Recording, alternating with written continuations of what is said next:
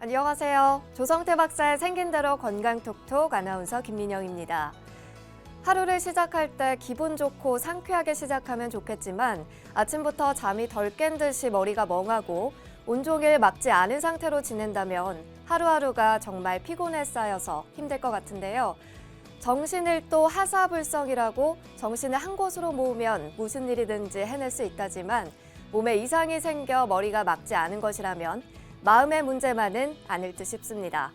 자, 생긴 대로 건강톡톡 오늘 첫 번째 주제로 머리가 맑지 못함에 대해서 알아볼 텐데요.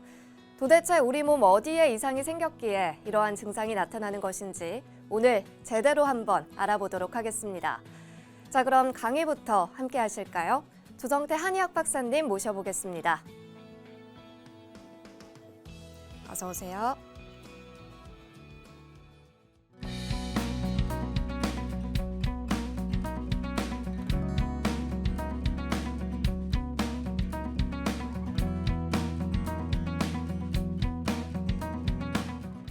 네, 오늘의 첫 번째 주제는 머리가 맑지 못함입니다.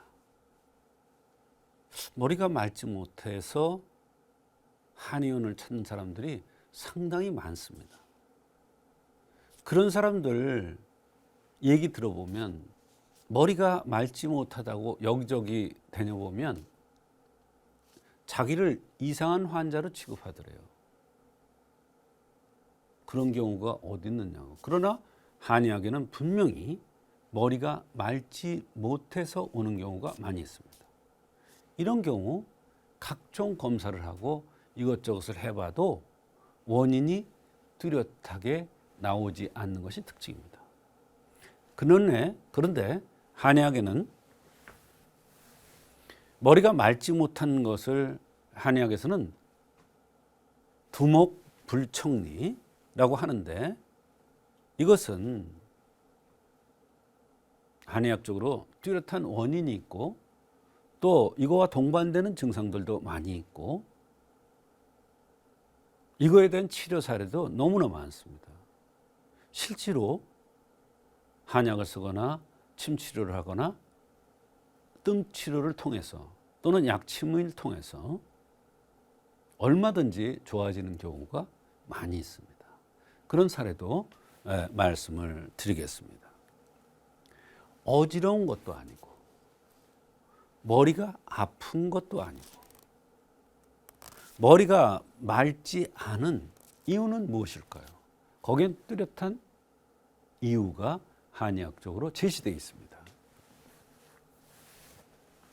머리가 맑지 않음의 한의학적인 생각은 첫째, 정은 몸의 근본이에요. 인신의 근본이 되는 정이 허해면, 말하자면 몸이 허해지면, 근본이 허해지니까 몸이 허해지는 거죠. 허리와 등이 아프고 정강이가 시큰거려요. 또 골수는 뼈를 채우고 있는 것이고 뇌는 수혜가 채우고 있는 거예요. 말하자면 골수와 뇌수는, 수혜는 같은 것인데 수혜가 부족되면 머리가 맑지 못하고 빙빙 돌고 어지럽진단 말이에요. 귀가 울고 정강이가 시큰거리고 눈이 어지럽고 눈이 자꾸 캄캄해진다는 이러한 얘기를 하는 경우가 많이 있습니다. 이런 경우 한의학적인 원인은 뚜렷합니다. 첫째, 몸의 근본인 뇌수가 부족해지는 겁니다. 몸의 근본. 몸의 근본은 뭐예요? 정이에요. 이 정에서 골수하고 연관되고 골수와 뇌수하고 연관되는데 그 뇌수가 부족해지면 첫째, 머리가 맑지 못해져요. 그 다음에 자꾸 깜빡깜빡 잊어버리는 현상이 나타나요. 그 다음에 나이가 들고 모든 것이 부족해지고 진액이 고갈되면 치매 현상이 나타날 수가 있는 거예요. 그러면 이런 것은 전신적인 여러 가지 증상들이 동반될 수가 있는 거예요. 그게 첫 번째 원인입니다. 두 번째는 풍에 의해서 오는 경우가 있습니다. 풍에서 오는 경우는 대개 보면 코가 붉거나 너무 빼짝 말랐거나 이런 사람들이 풍에 의해서 오는 경우가 있습니다. 바람이 살랑살랑 불면, 풍은 바람이잖아요. 바람이 살랑살랑 불면 빨래가 말라요. 마찬가지예요. 사람도 자꾸 마르고 살이 안 찌는 것을 풍으로 보는 경우가 있습니다. 물론 빼짝 마르면 혈이 영화를 못 누린다는 차원에서 볼 수도 있지만 여기서는 풍을 보는 거기 때문에 풍이라는 것은 코가 붉거나 빼짝 마른 사람, 이런 사람이 머리가 맑지 않은 경우. 말하자면 머리가 맑지 않다고 왔는데 보니까 코가 붉어. 아, 이것은 풍에 의해서 왔구나. 빼짝 마른 사람이 와서 머리가 맑지 않다고 그래. 아, 이것은 풍에 의해서 머리가 맑지 않은 현상이 나타나는 것이구나. 이렇게 판단을 하는 것입니다. 그다음에 습이라는 것은 비습하다. 살이 좀 찐 사람들, 얼굴이 부탁한 사람들, 얼굴이 푸석푸석해요. 부은 듯 개기름이 낀 듯 이래요. 지성이라고 그러죠. 이런 사람들이 머리가 맑지 않다. 이러면 습에 의해서 오는 현상입니다. 그 다음에 열에 의해서, 열은 진액을 말리죠. 열이 진액을 말려요. 진액이 마르면 뇌수가 부족해져요. 뇌수가 고갈돼요. 그래서 너무나 노동을 많이 하거나 너무나 스트레스를 많이 받으면 자꾸 뇌수가 부족해지고 그게 처음에는 인지장애 같은 이런 현상이 나타나기도 하고 치매 같은 이런 현상이 나타날 수가 있는 거예요. 처음에는 머리가 맑지 않아지다가 그게 열에 의해서 나타나는 거예요. 그 열에 의해서 나타나는 경우는 대개 얼굴이 붉은 편에 속하는 사람들이 많습니다. 열에 의해서 진액이 고갈되면 입술이 빨개지는 게 특징입니다. 눈도 충혈이 잘 됩니다. 심한 경우에는 눈이 핏줄이 터져서 빨갛게 되는 사람도 있습니다. 머리가 맑지 않음에 동반되는 증상은 첫째, 머리가 맑지 않다는 것을 와서 호소하고 두 번째는 어지럽다고 호소하는 경우도 있고 세 번째는 눈이 침침하다고 호소하는 경우도 있고 귀에서 소리 난다고 하는 경우도 있습니다. 어지럽다고 그러는 경우 이게 머리가 맑지 않으면서 어지럽다는 경우 풍에 의해서 올 수도 있고 습에 의해서 올 수도 있고 뇌수가 부족해서도 올 수 있는 거예요. 눈이 침침한 것도 마찬가지. 귀에서 소리 나는 것도 뇌수가 부족하거나 이러면 나타날 수가 있고 풍에 의해서도 나타날 수가 있고 열에 의해서도 나타날 수가 있는 겁니다. 이렇게 머리가 맑지 않음에 동반되는 증상은 지금 네 가지를 얘기했는데 이거 말고도 다양한 증상들이 나타날 수가 있습니다. 그러나 이 네 가지가 대표적인 불편을 호소하는 그런 증상이 되겠습니다. 이와 같이 머리가 맑지 않을 때는 이것이 풍에서 왔는가, 뇌수가 부족해서 왔는가, 습에서 왔는가, 열에서 왔는가를 구분해서 한의학적인 관점에서 치료하면 얼마든지 머리가 맑지 못한 경우가 한의학적으로 잘 치료될 수가 있습니다.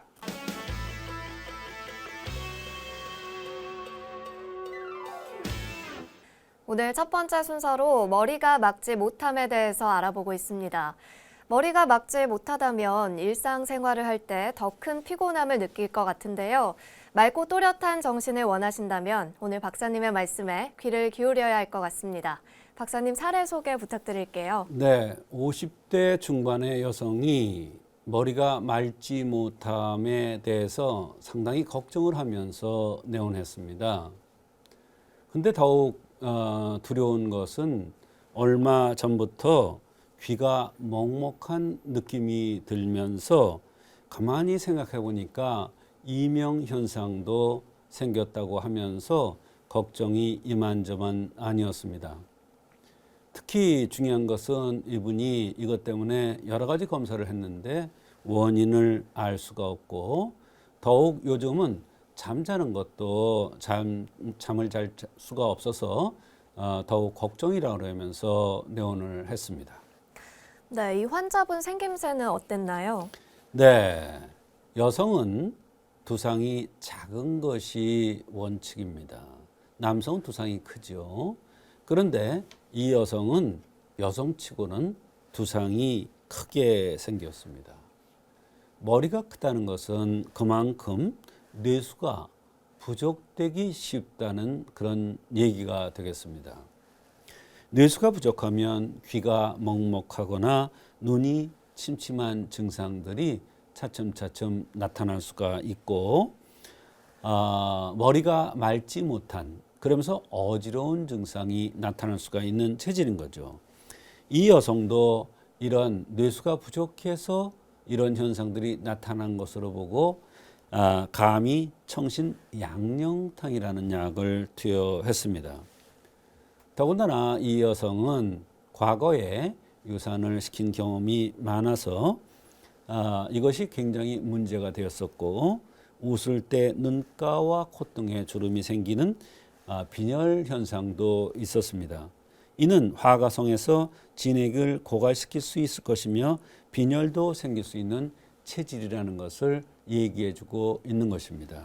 네, 치료 결과는 어땠나요? 네, 약을 한 제 복용 후에 머리가 조금씩 맑아지는 것을 느끼고 귀가 먹먹한 것, 이것도 조금씩 수월해지는 느낌이 든다고 했습니다. 뇌수가 부족해서 나타난 현상이라는 것이 올바른 판단이었다는 것이 증명된 것입니다. 즉, 두상이 커서 뇌수가 많이 필요해서 뇌수가 부족해서 나타난 현상이었던 것이죠. 그래서 다시 감히 창신 양령탕이라는 약을 또 투여를 했던 것입니다. 네, 그 다음에는 어떻게 치료를 해주셨습니까? 네, 배가 시리고 소화가 많이 좋지 않아 먹는 게 조심스럽고 트름도 많이 난다고 했습니다. 허리도 아프고 아랫배도 안 좋아서 유산을 많이 해서 어혈이 생겼고, 식적이 있어서 소화가 안 되며 배가 냉하고 얼굴이 각이진 기과형으로 생겨서 산요통으로 판단하고 반총산이라는 약을 이번에는 투여하였던 것입니다. 네, 한약을 투여한 결과도 궁금합니다. 네, 우선적으로 이 반총산을 투여한 후에 뱃속이 편안해졌고 머리가 맑은 것도 많이 좋아졌다고 했습니다. 사실 우리가 머리가 맑지 못할 때 머리에 대한 약만 쓰는 것이 아니라 다른 부분의 불편함을 해결해 주어서 그쪽으로 뇌수가 잘 가게 해서 머리가 맑지 않은 것도 동시에 좋아질 수가 있는 것인데, 이 여성은 속이 편안해지니까 머리가 맑지 않은 것도 좋아진 것입니다.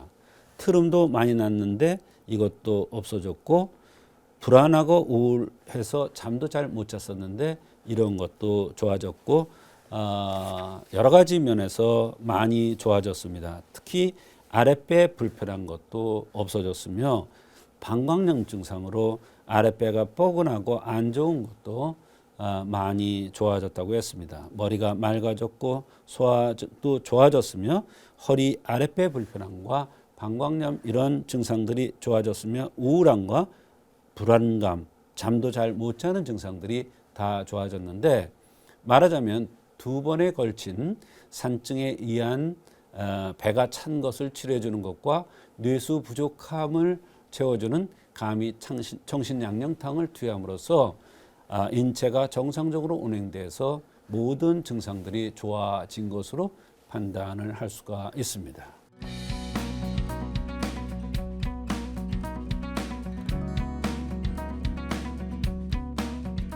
두 번째 주제는 고관절의 통증입니다. 고관절이 아픈 경우 다양한 치료법이 있겠죠. 그러나 한의학에서는 어떤 관점에서 치료하는지 오늘 말씀드리려고 합니다. 허벅지와 아랫배 사이의 관절의 통증을 고관절의 통증이라고 일반적으로 얘기를 합니다.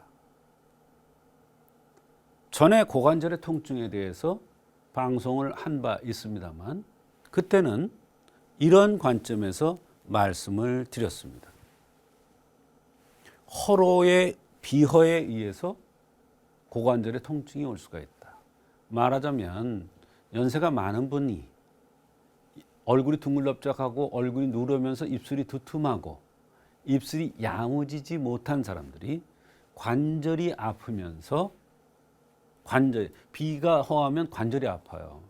근데 그 중에서 특히 고관절이 아프다고 호소하는 경우에 대해서 말씀드린 바 있습니다. 그게 바로 허로의 비어에 의한 거예요. 그 다음에 혈뇨가 나오면서 고관절의 통증이 나타나는 경우가 있습니다. 혈뇨, 소변으로 피가 자멸 현상으로 보이거나 또는 소변 볼 때 피가 빨갛게 나오는 것과 관련돼서 고관절의 통증이 올 수가 있다는 것입니다. 그래서 혈뇨에 대해서 말씀드렸고 음이 허한 것, 음이 허하다는 것은 음이 허하다, 양이 허하다. 음이 허하다는 것은 음혈이 허한 것이고 양이 허하다는 것은 양기가 부족한 것이에요. 음혈이 허하다는 것은 자궁이 제 역할을 못해서 자궁과 관련돼서 허리, 다리 쪽으로 통증이 올 수가 있고 아랫배에서 고관절로 해서 다리까지 불편함이 나타날 수가 있습니다. 그것이 바로 음어에 의해서 오는 고관절의 통증인데요. 간허, 간장 경락이 요 생식기 옆으로 이렇게 흐릅니다. 그래서 생식기과 관련돼서 생식기 주변에 뾰루지가 나거나 가렵거나 이러한 현상이 나타났을 때 한의학에서는 간 경락을 다스려주면 치료가 되는데 고관절도 같은 범주에서 간이 허해서 오는 고관절의 통증이 있습니다. 혈뇨, 음허, 간허 말고 고관절의 다른 관점에서 통증의 그 원인은 이렇습니다. 바로 고관절 통증의 원인 중에서 음주 과다에 의해서 고관절 통증이 나타날 수가 있습니다. 그 전에 어느 대학병원에서 큰 대단한 것을 발견했다고 발표한 적이 있습니다. 정형외과 교수인데 고관절 괴사가 오는데 그 원인이 괴사가 뭐냐면 고관절이 다른 거예요. 오는데 음주가 돼서 많이 온다는 것을 크게 발표한 적이 있습니다. 그것은 한의학에서 어떤 관점에서 봐야 되냐면 음주 과다, 과음을 하면 혈을 모손한다 그랬어요. 그런데 혈이 영화를 누려야 관절 부위에 제 역할을 하게 돼 있는 관절들이 제 역할을 하게 되는데 그게 못하니까 괴사가 오고 고관절 통증이 나타날 수가 있는 것입니다. 또 음주 과다하면 진액이 말라요. 입이 말라요. 술 많이 마신 날 그 다음 날 보면 입이 마르죠. 그러면 진액이 고갈되는 거예요. 그러면 진액이 고갈되니까 고관절에 통증이 올 수가 있는 것입니다. 성생활 과다에 의해서 옵니다. 어떤 의료인이 고관절 통증이 와서 가니까 고관절 무혈성 괴사라고 그러더라고요. 근데 저는 그 사람 잘 알고 있거든요. 성생활을 아주 즐기는 사람. 그래서 육미보증이탕이라는 것을 먹으라고 그랬어요. 그랬더니 그 다음부터 안 아프대요. 그래서 내가 그랬죠. 성생활 조심하시오. 그랬더니 그렇지 않아도 그쪽도 시원찮아져서 조심하고 있대요. 그게 육미보증이탕을 내가 먹으라고 그러니까 아는 거죠, 자기가. 그게 성생활 과다에 의해서 고관절 통증이 와요. 그 다음에 간신이 부족해서 고관절 통증이 올 수가 있습니다. 간신이 부족하다는 것은 하관이 쪽 빠진 사람을 얘기합니다. 광대뼈가 있고 턱 쪽으로 해서 이 하관이 이렇게 쪽 빠진 사람을 얘기하는 거예요. 그런 사람이 고관절에 통증이 오면 이것은 간신이 부족해서 고관절에 통증이 오는 것입니다. 산증에 의한 것, 산증이라는 것은 담음, 어혈, 식적에 의해서 산증이 오는데 산증은 고환에서 고관절로 해서 허리로, 옆구리로 이렇게 통증이 나타나는 게 특징입니다. 생식기를 거쳐요. 그럼 생식기와 연관되는 게 산증이에요. 이 산증이라는 것은 한의학의 독특한 이론입니다. 그래서 산증에 의해서 고관절에 통증이 올 때 여러 가지 검사를 해보지만 환자는 괴로운데 원인이 나오지 않는 경우가 너무나 많습니다. 그런 경우에 한의학에서 산증을 알아내는 방법은 여러 가지가 있는데 가장 큰 것이 뭐냐면 난대를 보고 알 수 있는 겁니다. 난대가 좌우가 크기가 다르거나 요게 짝짝이로 된 사람은 대개 산증이 잘 생기는데 그런 사람들은 생식기나 고환이나 이쪽으로 해서 고관절로 해서 허리까지 허벅지까지 이렇게 고관절 통증이 나타나는 경우가 있습니다. 오색대야라는 게 있는데 오색대야는 냉대야가 나오는데 색깔이 다양해요. 그러면 그걸 치료하는 방법이 오적산이라는 게 있는데 바로 냉대야에 대한 그 고관절 통증은 바로 오적산이라는 약을 쓰면 냉대야도 치료되고 고관절 통증도 치료되는 경우가 있습니다.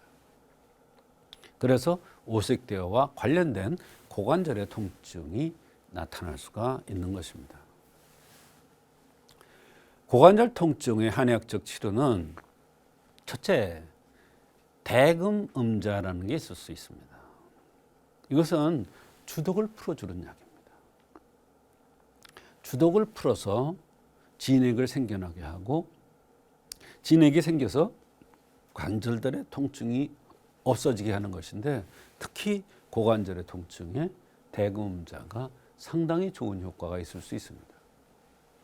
아까 얘기한 육미보증이탕은 성생활에 의해서 성생활 과다에 의해서 진액이 고갈돼서 고관절 통증이 왔을 때 쓰는 처방이 되겠습니다. 독활기생탕은 간신이 부족해서 간신이 허해서 고관절 통증이 온다. 하관이 빠진 사람이라고 그랬죠. 이런 사람들이 고관절 통증뿐만 아니라 허리, 다리에 통증이 올 때 특히 발등이나 발목이 시려워서 어쩔 줄을 모르는 사람들 냉비라고 그러는데 이런 현상이 나타날 때 바로 독활기생탕을 이용해서 고관절의 통증을 없애주기도 합니다. 반총사는 산증입니다. 고환 또는 생식기를 통해서 고관절, 허벅지, 허리, 옆구리가 아프면서 소화도 안 되고 어깨가 아프고 가슴이 답답한 이러한 산증의 증상이 있을 때 반총산을 쓰는데 특히 얼굴이 각이진 사람이 반총산이 잘 듣습니다. 얼굴이 각이진 사람은 기과형이라고 그러죠. 온청열은 오색대하에 아주 기가 막히게 듣는 그런 처방인데 대하가 다양한 색깔이 있으면서 고관절에 통증이 있을 때는 온청혈이라는 처방을 써서 냉대하도 치료하고 고관절의 통증도 치료해 줄 수 있는 것이 바로 한의학의 고관절 통증의 특징입니다.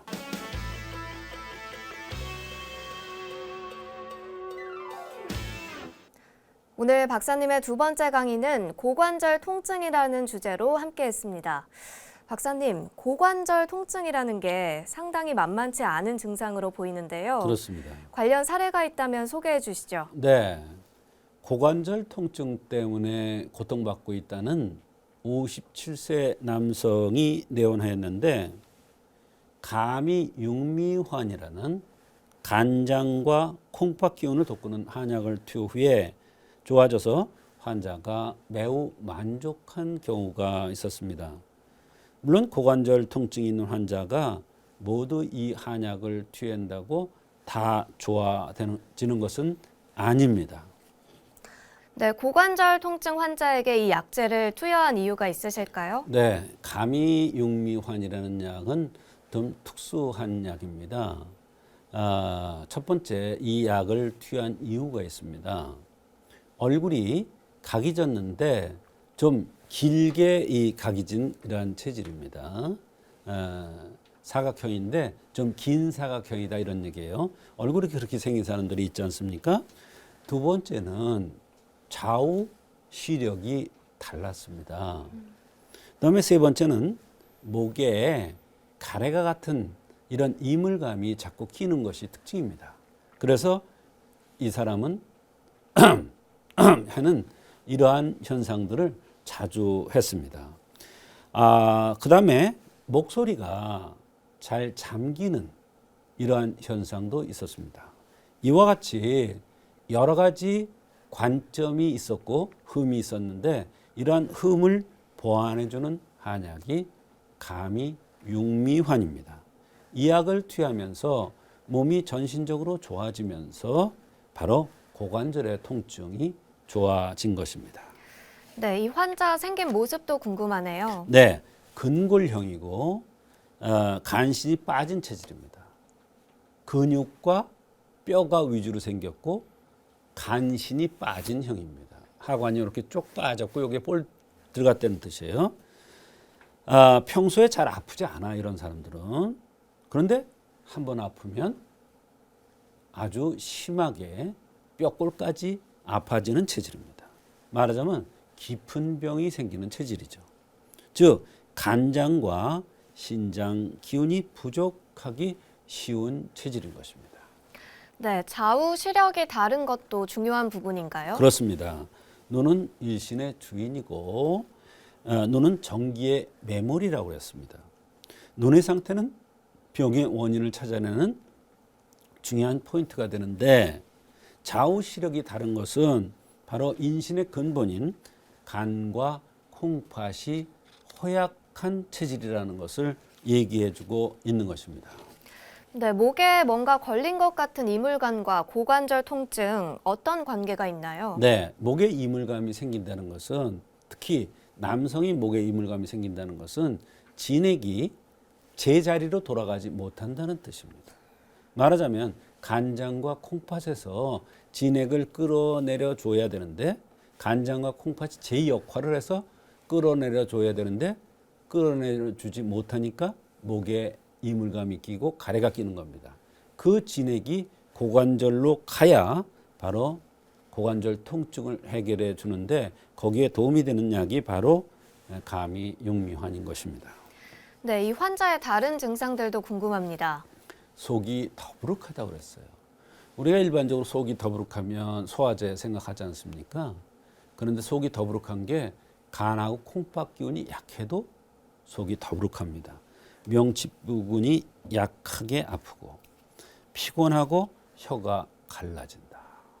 또 목에 낀 듯이 자꾸 소리가 갈라져 나고 소리를 낸다.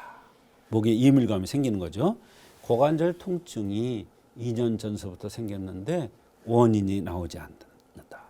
주로 새벽에 누워서 있을 때 불편한데 검사를 해봐도 아무런 이유가 나오지를 않는데 본인은 고관절이 아파서 양반다리도 못한다고 했습니다.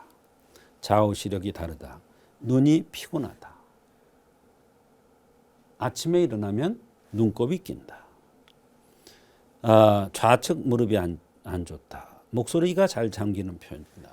피부가 건조해서 겨울이 되면 하체 쪽으로 특히 이렇게 각질이 많이 일어난다고 했습니다.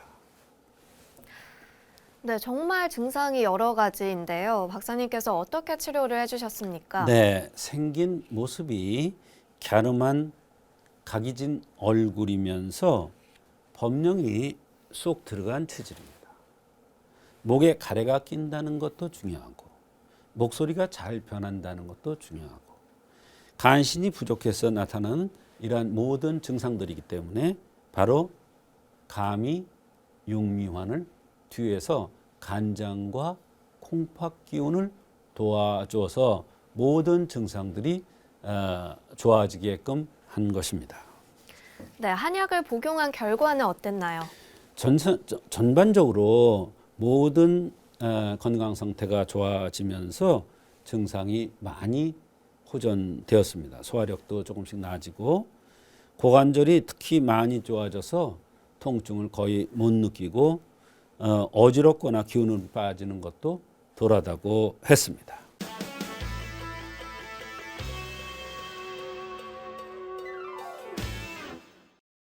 이번 순서는 조성태 박사의 백세건강 한방톡톡 시간입니다.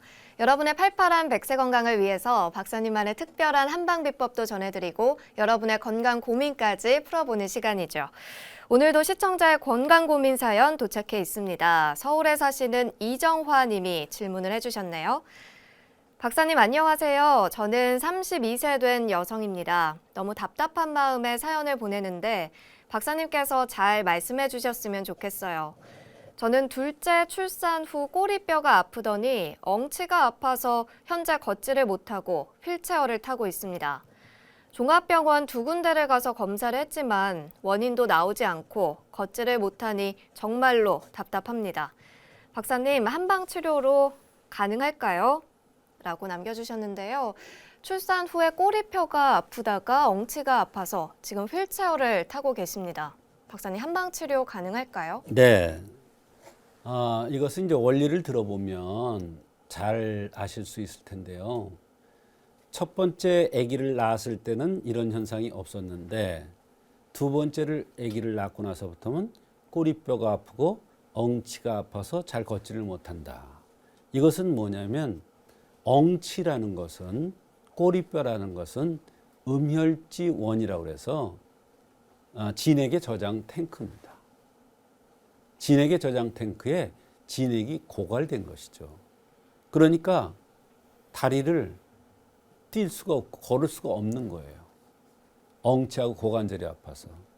말하자면 산후에 잘 나타날 수 있는 현상인데 등치가 큰 사람 중에서 엉덩이가 발달된 엉덩이가 큰 사람들이 이런 현상이 나타나는 게 있고요. 또 두 번째로는 반대로 엉덩이가 아주 작은 사람이 날씬하고 살이 없는 사람이 이런 현상이 나타나는 경우가 있습니다. 그래서 엉덩이가 크면은 그만큼 많은 것이 소모되기 때문에 꼬리뼈나 엉치가 아플 수가 있고 작다는 것은 원래 용량이 작은 데다가 두 번째를 낳았으니까 꼬리뼈가 아프고 엉덩이가 아플 수가 있는 것이죠. 그럴 때는 음혈을 돋구는 치료를 해야 되는데 한의사에 보면 이런 내용이 있습니다. 음이 허한 것은 적치를 치료하는 것보다 더 어렵다.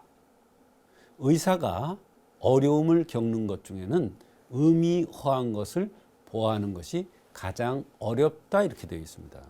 말하자면 병이 깊숙이 들어간 겁니다. 그래서 한의학적으로 치료는 가능하나 오래 걸릴 겁니다. 보십시오. 2번 검사를 했다고 그랬잖아요. 정밀 검사했을 건데 아무런 원인이 나오지 않는데 환자는 꼬리뼈가 아프고 엉치가 아파서 걷지를 못해. 휠체어를 타고 다녀. 그럴 때 음혈을 돋구면 한의학적으로 음혈을 돋구는 약으로는 사물탕이 있습니다. 사물탕이라는 게 혈을 보강하는데 그 중에 약에다가 지모항백이라는 약들 이런 약들을 가감해서 쓰면 바로 혀를 보강하는 약들이 엉덩이 쪽으로 모입니다. 그렇게 되면 허리, 다리 쪽으로 힘이 생겨서 아픈 통증도 없어지고 걸을 수 있게 되는 것입니다. 한의학에서는 이것뿐만 아니라 침 치료나 약침 치료, 뜸 치료를 통해서 도와주면 산후에 꼬리뼈 아프거나 엉치가 아픈 경우에 한의학적으로 잘 치료될 수가 있습니다. 네, 오늘 사연 보내주신 이정환님, 오늘 상담 도움되셨길 바라겠고요. 오늘도 좋은 말씀 나눠주신 조성태 박사님 고맙습니다. 조성태 박사의 생긴 대로 건강톡톡. 오늘은 머리가 막지 못함, 그리고 고관절 통증에 대해서 함께 알아봤습니다. 100세 건강을 위한 여러분의 확실한 선택, 생긴 대로 건강톡톡은 다음 주 더 건강한 이야기들로 찾아뵙도록 하겠습니다. 함께 해주신 여러분 고맙습니다. 고생하셨습니다.